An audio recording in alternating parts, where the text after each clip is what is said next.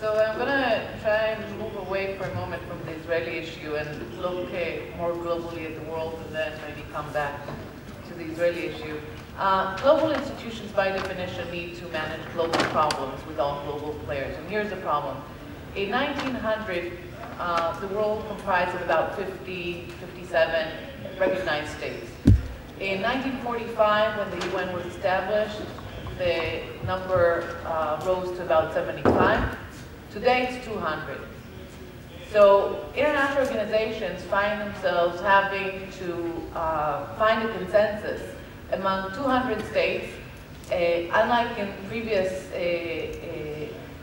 generations, they're also from all different regions of the world, from the first world, the second world, the third world, having very different problems, preferring very different interests or aiming at different goals.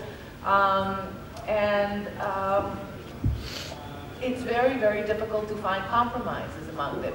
Sometimes it's a problem of the institution itself with cumbersome bureaucracies, inefficient organizations, and sometimes it's just a matter of finding a compromise or an agreement among these very different 200 members. Three additional trends affect the operation or pose additional challenges to the operation of global institutions. First is the rise in numbers and power of non-state actors. The international system is very much a state-based system. This is how international law is made by states. International organizations are open for membership by states. But non-state actors increasingly affect what happens to us every day.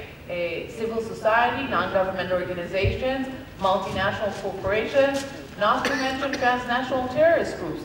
All of these actors are not represented. They don't get to play a part at the level of the making or operating these institutions, but they certainly affect our lives. Second is fragmentation. We have 200 countries, about 1,800 international organizations. We love talking about the UN, but there are currently 1,800 international governmental organizations, including things like the International Pepper Community, which are crucial, operating, and there is huge fragmentation among these institutions. So one regime says, we want to promote environmental concerns. This is all we care about, or this is our primary concern. And another regime says, we want to promote liberal trade. We want to promote free trade. Now, or another third regime would say, we want to promote children's rights and protect children. And all of them at some point conflict, and there is no mechanism that tells us how do you reconcile these issues. So just as one example, the World Trade Organization often faces this problem. Are states allowed to limit trade of products that were used by children? Well, depends under which regime, right? What's our goal? What is more important in this list of values? And we don't have any central mechanism to reconcile these competing interests. Last, anti-globalization forces. I don't think they're going to prevail, but they certainly make a lot of noise. And they're very effective sometimes. They frustrated an international agreement on investment. They continue to frustrate ongoing World Trade Organization negotiations. And they are powerful, at least to some degree. Again, I don't think they are going to prevail, but they do hinder the operation of some, or the development of some international organizations or regimes. So how can global institutions face these challenges, or what is going to happen to them in the foreseeable future? There are four possible strategies. One is adaptation.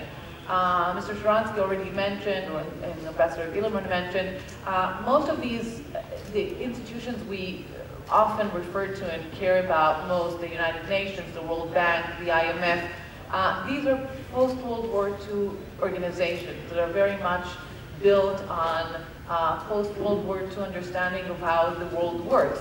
So, not to offend anyone, but France and the UK as superpowers of the world, it doesn't work anymore. And so, Adaptation, some organizations are going to do better than that. The IMF has already succeeded in adapting, so moving away from its original mandate of just monitoring international exchange rates. The World Bank is doing development work all around the world, not just in areas affected by the World War II. Whether the UN will be able to adapt is the $64,000 question. We'll have to go through some reform. It's not clear that it will manage. Unraveling, some of these 1,800 institutions will just die. There's no need for them. It's a waste of money, resources, efforts. It's hard when a bureaucracy is already there. It has sort of a perpetual force of its own. They don't really want to give up, but ultimately they will have to evaporate. We're going to see turning into more fluid coalitions, if you want, the coalitions of the willing. When you can't get a consensus within the global institutions within the UN, you're going to see more fluid coalitions of the willing, undoubtedly met with more coalitions of the pissed. This is usually how it works. Other than these coalitions, I think we'll also see a very strong trend towards regionalism. The power of regional institution, the EU, I'm sure Mr. Fisher will refer to it, is a lodestar of these organizations. But not only the EU, the Andean community, the African Union, the Association of Southeast Asian Nations, and the like, they establish their own treaties, their own court system, their own trade system, sort of the like-minded states that reach their own understanding. I personally think that for any future Israeli-Palestinian or Israeli-Syrian dialogue, we're going to need regional players. We are no longer able, or it will no longer be wise, to seek only a bilateral agreement. We will need some kind of regional framework to support and enable this agreement to happen.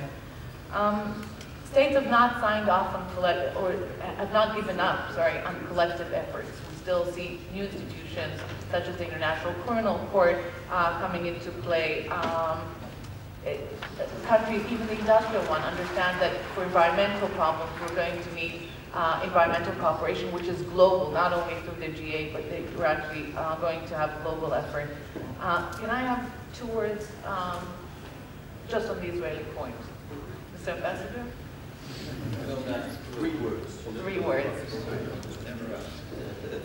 He's a very powerful moderator. Israel needs international organizations. Anyone who thinks that Israel can operate today as sort of a gated community or an island of its own is dreaming. We need a World Trade Organization. We need to be participant in these global institutions. I don't know that it would be wise for Israel, for all the criticism and very justified criticism of the UN, I don't know that it's a brilliant idea to walk away today from the UN and say, well, you know what, this is not working, we don't want to be any part of it. And just as a small reminder, the UN offered Israel its recognition. Okay? The UN is going to be the legitimizing force of any future boundaries of Israel. And anybody who's frustrated about the unfair system of veto and how one country can frustrate universal efforts, I hate to remind you, but you know, we do enjoy very much the benefits of this veto structure. And if we prefer, if we are thinking about any future framework of a democratic concert, or NATO as being the platform, as former Spanish Prime Minister Jose Maria Aznar suggested, using NATO as a platform for an organization of democratic states, fantastic. But then we will lose, or we do need to think about what happens if we lose the veto umbrella in that type of an organization.